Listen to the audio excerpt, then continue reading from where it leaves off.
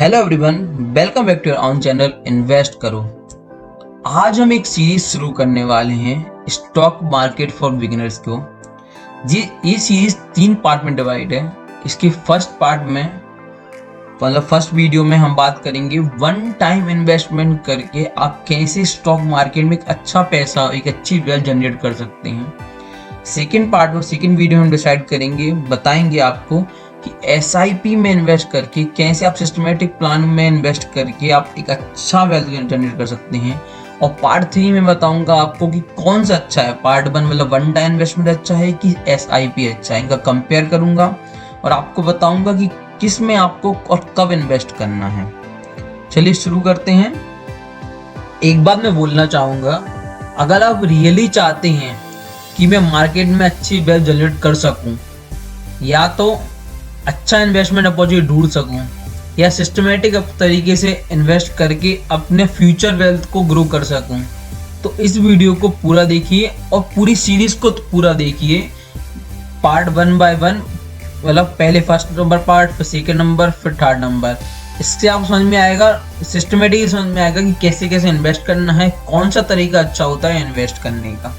सबसे पहले आज का हमारा टॉपिक है स्टॉक मार्केट बिगिनर्स में पार्ट 1 में कि कैसे 1 लाख रुपए के एक छोटे से अमाउंट से आप 23,68,522 रुपए की कैपिटल जनरेट कर सकते हैं, वो भी फिक्स डिपॉजिट से कम रिस्क लेकर। इसका मतलब समझते हैं आप कि अगर आप अपना 1 लाख रुपए फिक्स डिपॉजिट में जमा करते, उसमें जितना रिस्क होता उससे भी कम रिस्क पे आप 1 लाख रुपए से 23,68,522 कैसे कमा सकते हैं, वही प्रैक्टिकल प्रूफ के साथ।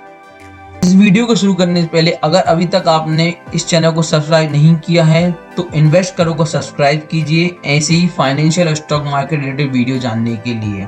इन फर्स्ट पार्ट हम आज बात करने वाले हैं the king of stock market के बारे में, द वॉरेन बफेट के बारे में, जिन्होंने स्टॉक मार्केट में ये प्रूव किया है कि कैसे हम अपनी वेल्थ जनरेट कर सकते हैं। वॉरेन बफेट के बारे में तो आप सभी जानते ही होंगे, बट आप नहीं जानते होंगे उनके गुरु के बारे में, जिनका नाम था बेंजामिन ग्राहम। बेंजामिन ग्राहम और वॉरेन बफेट में सिर्फ एक ही अंतर था, जो कि मैं आपको आगे बताने वाला हूँ। बेंजामिन ग्राहम की कंपनी का नाम था ग्राहम न्यूमैन कॉर्पोरेशन। उनकी कंपनी ने 20 साल में एवरेज एनुअल रिटर्न 14.7% के ही दिए हैं सिर्फ। इसके अपोजिट में जो कि वॉरेन बफेट की कंपनी है बर्कशायर हैथवे होम सर्विसेज, इसने एवरेज रिटर्न 1965 से 2016 के बीच में 20.8% के दिए। तो इन दो के रिटर्न में इतना डिफरेंस क्यों आया? क्योंकि जो वॉरेन बफेट सर हैं वो मानते हैं कि किसी भी म्यूचुअल फंड में इन्वेस्ट करने से अच्छा हम किसी भी कंपनी के इंडेक्स फंड में इन्वेस्ट करें। वो म्यूचुअल फंड की अपेक्षा बहुत ज़्यादा सेफ भी होता है और बहुत ज़्यादा लेस एक्सपेंसेस होता है। अगर आप म्यूचुअल फंड में इन्वेस्ट करते हैं तो आपको बहुत सारे ब्रोकरेजेस, एजेंट के ब्रोकरेजेस और जो फंड मैनेजर हैं उनकी ब्रोकरेज आपको पे करने होते हैं। बट जब आप इंडेक्स फंड में इन्वेस्ट करते हैं तो आपको ऐसे कोई ब्रोकरेज पे नहीं करने होते हैं। निफ्टी 50 जो अपने इंडिया का इंडेक्स फंड है, इसमें अगर आप इन्वेस्ट करना चाहते हैं इन लॉन्ग रन से मतलब है 10 से 15 साल के अंतराल, मतलब एक 10 से 15 साल के लिए ही आपको इन्वेस्ट करना पड़ेगा। इससे कम में भी आपका काम चल जाएगा, बट अपन को इतना ही टाइम पीरियड लेके चलना पड़ेगा। इन लॉन्ग रन इन्वेस्ट करने का मतलब ये है कि जो आपको वो अमाउंट इन्वेस्ट करना है जो अमाउंट आपके पास एक्स्ट्रा पड़ा हुआ है। ऐसा अमाउंट जिसकी आपने FD कर रखी है या फिर सेविंग बैंक अकाउंट में इन्वेस्ट कर रखा है, उस अमाउंट को आप इन्वेस्ट करके 15% का रिटर्न निफ्टी 50 में इन्वेस्ट करके कैसे पा सकते हैं। अब आपके मन में एक क्वेश्चन जरूर आ रहा होगा कि निफ्टी 50 15% का रिटर्न देता है, ये कहाँ लिखा है और ये किसने कहा? इसका आंसर मैं इसी सीरीज की थर्ड पार्ट में, जो थर्ड वीडियो है, उसमें दूंगा आराम से डिटेल में। तो 15% का रिटर्न, अभी ये मान लेते हैं कि 15% का रिटर्न आपको मिल जाएगा, जो वॉरेन बफेट के गुरु थे उनके रिटर्न से भी ज़्यादा था, क्योंकि उनका रिटर्न अगर आप देखेंगे तो 14.7% था बेंजामिन ग्राहम का, और आपका रिटर्न आ रहा है 15% का। मतलब लॉन्ग रन में आप उनसे भी ज़्यादा, मतलब वॉरेन बफेट गुरु से ज़्यादा अर्न कर सकते हैं, वो भी विदाउट, अगर आपको बिल्कुल भी फाइनेंशियल नॉलेज नहीं है, फाइनेंशियल लिटरेट नहीं है, आपको स्टॉक मार्केट के बारे में कुछ भी नॉलेज नहीं है, आप बिल्कुल जीरो शुरू कर रहे हैं, आप बिगनर हैं, उसके बाद भी आप बेंजामिन ग्राहम मतलब वॉरेन बफेट गुरु से ज़्यादा अर्न कर सकते हैं। आप सोचेंगे कैसे अर्न कर सकते हैं, उसी के लिए वीडियो बना है। इसी वीडियो में आगे मैं आपको बताऊंगा कैसे स्ट्रेटेजिकली किस टाइम पे आप निफ्टी 50 में इन्वेस्ट करेंगे, सो आपका बिल्कुल परफेक्ट टाइमिंग होगा इन्वेस्ट करने के लिए। उसके पहले हम जान लेते हैं निफ्टी 50 होता है, काम कैसे करता है, और आपको क्यों लगता है कि कंपनी ज़्यादा अच्छा रिटर्न देंगी। आप मान लीजिए कंपनी चलाने के लिए ज़रूरत होती है कैपिटल की, कैपिटल मतलब मनी, पैसे की। उसके लिए क्या करती हैं निफ्टी 50 जो कंपनियां हैं, उनको पैसे की जरूरत है, तो वो एक बैंक से लोन लेंगी। बैंक से लोन लेंगी तो आपको तो पता ही होगा कि एफडी का जो रेट का इंटरेस्ट होता है, बैंक का जो लोन का इंटरेस्ट होता है, वो तो कम ही होता है। मतलब तो किसी भी कंपनी को अपनी फ्यूचर ग्रोथ के लिए, आपकी कंपनी को आगे बढ़ाने के लिए कम से कम उतना तो कमाना ही पड़ेगा जितना वो लोन का इंटरेस्ट पे कर सके, उसका प्रिंसिपल पे कर सके, और अपने शेयर होल्डर्स के लिए डिविडेंड और ग्रोथ दे सके। तो इसलिए कंपनी को आगे बढ़ना है तो उनको उसका अपने शेयर वैल्यू और उसको अपने ग्रोथ करना ही पड़ेगा। ऐसे ही पूरे अपनी इंडिया की इकोनॉमी निफ्टी 50 में आ जाती है। जो टॉप 50 कंपनीज हैं इंडिया की इकोनॉमी की मार्केट प्राइस के हिसाब से, उन कंपनी में इन्वेस्ट करने को इंडेक्स फंड कहते हैं। अगर आपको इंडेक्स फंड पे के बारे में और अच्छे जानना है तो आई बटन पे मैंने एक सेपरेट वीडियो दे रखा है जो कि मैंने पहले बनाया हुआ था, उसको देख लीजिए। आप इंडेक्स फंड बहुत अच्छे से समझ जाएंगे क्या इंडेक्स फंड क्या होता है, कैसे इन्वेस्ट करते हैं, कैसे उसमें आपको क्या उसकी प्रोसीजर है, सब उसके बारे में उस आई बटन के दिए गए वीडियोस में दे रखा है। पहले उसको देख लीजिए और फिर आप उसको कंटिन्यू कर सकते हैं। अब हम बात करते हैं कि लॉन्ग रन में कोई भी कंपनी, निफ्टी 50 की बात कर लेते हैं, लॉन्ग रन में कोई भी कंपनी ऑब्वियस बैंक से ज्यादा रिटर्न तो आपको अब आराम से देगी। तो अब अपन को कब उस कंपनी को परचेज करना है और कब सेल करना है कि अपन को मैक्सिमम ऑप्टिमाइज रिटर्न या ऑप्टिमाइज बेनिफिट आपको मिले, उसके लिए आपको एक कॉन्सेप्ट समझना होगा, जो कि कॉन्सेप्ट है पी रेशियो का कॉन्सेप्ट। पी का मतलब होता है, पी रेशियो मतलब होता है share price, current market price divide by earning per share. मतलब अर्निंग पर शेयर की कंपैरिजन में शेयर मार्केट प्राइस कितना चल रहा है। ये प्रॉपर मार्केट सेंटीमेंट और इन्वेस्टर के सेंटीमेंट पे डिपेंड करता है। तो आप देख सकते हैं कि पी रेशियो समझ गए ना, पी रेशियो मतलब अर्निंग पर शेयर, कितनी अर्निंग की कंपैरिजन में मार्केट प्राइस कितना ग्रोथ कर रहा है, उसी के हिसाब से ही हम इन्वेस्ट करेंगे। अब इसके आगे बात करने के लिए मैं आपको निफ्टी 50 के पी रेशियोज की बात ले सकता हूँ। 2000 से लेके 2020 तक के पी रेशियोज को आपको बताता हूँ। अब हम आ गए एक्सेल शीट पे, जहाँ मैंने डाटा को एक्सपोर्ट कर रखा है NSE की वेबसाइट पे। यहाँ पे आप देख सकते हैं 3 जनवरी 2000 से जो उसका पी रेशियो था, वहाँ से लेके टोटल आपको 1 जनवरी 2021 तक के पी दे रखे हैं। अभी इसके पहले अपन ये तो डाटा देख लिया, इसके पहले आपको कैसे पता कि किस टाइम के पी में इन्वेस्ट करना है, इसके ऊपर मैंने एक आपको, इसमें आप देख सकते हैं कि पी रेशियो के बारे में कुछ दिया हुआ है। यहाँ पे कुछ रेंज दे रखी हैं, जहाँ पी रेशियो कब एवरेज होता है, कब इनएक्सपेंस होता है, कब एक्सपेंस होता है, कब एक्सट्रीमली इनएक्सपेंसेस है और कब एक्सपेंसेस। तो बिलो 12 होता है वो एक्सट्रीमली इन एक्सपेंसेस है, मतलब यहाँ पर ही बहुत कम इवेंट होता है, मतलब बहुत ही कम चांस है 12 से कम आए। अब 12 से कम आता है, यहाँ इन्वेस्ट करने का बहुत ही अच्छा पॉजिटिव होती है।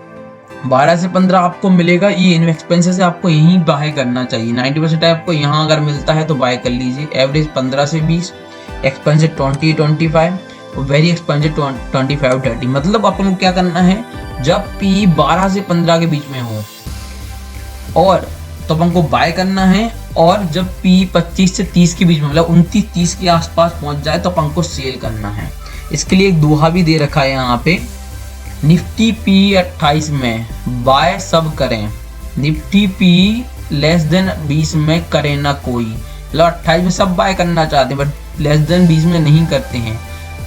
जो निफ्टी पी लेस देन 20 में बाय करे तो ये दुख का है कोई। अगर आपने Nifty P less than 20 buy किया होता तो आपको दुख होता ही किस वजह से। बहुत ही अच्छा दुआ है, इसमें बहुत कुछ जानने को मिला है। अब वापस अपन अपने एक्सेल शीट पर जाते हैं। तो मैंने यहाँ पे आपको डाटा दे रखा है निफ्टी 50 का, आपको नीचे लेके चलता हूँ। मैंने उसमें पहले से येलो मार्क कर रखा है जहां जहां अपन को बाय अपॉर्चुनिटी दिख रही थी। यहाँ मैं देखता है कहीं बाय अपॉर्चुनिटी नहीं दिखी मुझे, फिर मैंने यहाँ देखा कि यहाँ पर एक बाय अपॉर्चुनिटी दिख रही है। ये 2 मई को 10.86 का पी आया है। अब आपको एक और चीज बता देता हूं कि आपको जब भी कभी भी पी के लिए कैलकुलेशन करना हो तो पी कैलकुलेशन के लिए आपको बहुत सिंपल काम करना होता है। 100 से आपको उस साल का जो एफडी इंटरेस्ट रेट है उसको डिवाइड कर दीजिए। जैसे कि मैंने जब 2000 में शुरू कर रहा था तो 2001 के आसपास की बात है। ये देखिए 2002 में आपका एफडी इंटरेस्ट 9.5 से 10 था।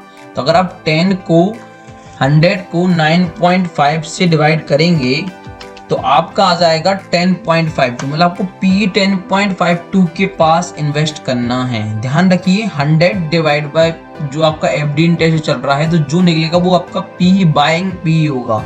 उस पी पे आपको बाय करना है। तो मैंने यहाँ वही किया, उसी के आसपास 10.86 पे बाय कर लिया। और आपको सेल करना है जब इन मार्केट बहुत ज़्यादा 30 के आसपास हो तो वो अमाउंट आपका निकल के आ रहा है। देखते गए 15, 16 निकल गया, 17 निकल गया, 18 निकल गया, 19 में वो अमाउंट आपको मिला है 29 मार्च 2019 को 29 पी हुआ, मैंने आपको सेल कर दिया। फिर इसके बाद जो अमाउंट बचा मैंने इसकी जो अमाउंट यहाँ से आपको निकल गया इन्वेस्ट करने के बाद उस अमाउंट को मैंने एफडी में इन्वेस्ट कर दिया। एफडी इन्वेस्ट करने के बाद फिर से मैंने देखा कि जब पी अब वापस अपने उसमें आएगा, लेवल पे आएगा, जैसे यहाँ पे आया। अब 2020 में एफडी रेट क्या चल रहा है उसको भी देख लेते हैं। 2020 में एफडी रेट चल रहा है आपका, अभी तो इसमें दिया नहीं है, 2020 में एफडी 5.5 के आसपास चल रहा है। तो 2020 के 5.5 डिवाइड करोगे तो आपका कितना आ जाएगा, 100 डिवाइड बाय 5.5 ज़्यादा कि 18.1, मतलब इतनी, इससे भी कम आपको मिल गया 17.15 पे। तो आपने यहाँ पे इन्वेस्ट कर दिया। आपने देखा कि अब इस पर नेक्स्ट प्लेसेस कहाँ, यहाँ से आपने इन्वेस्ट किया, अब सेल कब करना है, जब 30 पे आ जाए।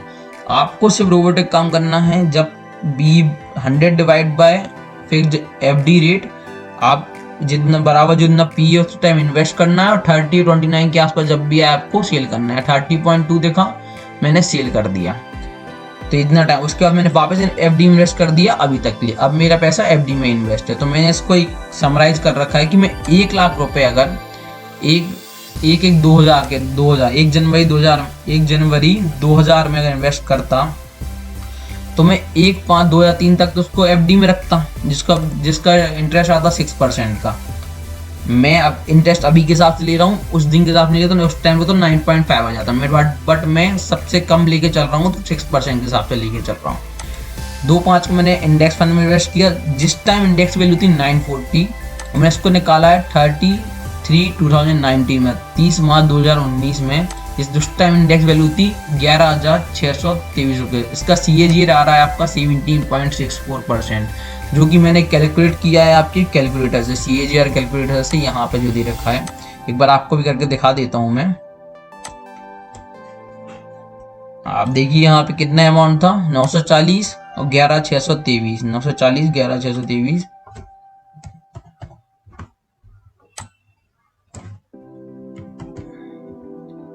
अब कितना पीरियड हो गया यहाँ पे, ये 16 साल का अप्रोक्स पीरियड हो गया। तो अपन यहाँ 16 यहाँ मंथ से कर देंगे ईयर्स, ये आपका कर देंगे हम 16 के हिसाब से। यहाँ कैलकुलेटर में क्लिक किया 17.02, जो कि मैंने आपको यहाँ ले रखा है 17.64। थोड़ा सा डिफरेंस आ रहा है क्योंकि अपन ने यहाँ पे सही से पूरे मंथ के हिसाब से कैलकुलेट नहीं किया, क्योंकि मंथ का यहाँ थोड़ा डिफरेंस था, इस वजह से डिफरेंस आ रहा है। बट इतना 17.64 एक्चुअल करेक्ट कैलकुलेशन है।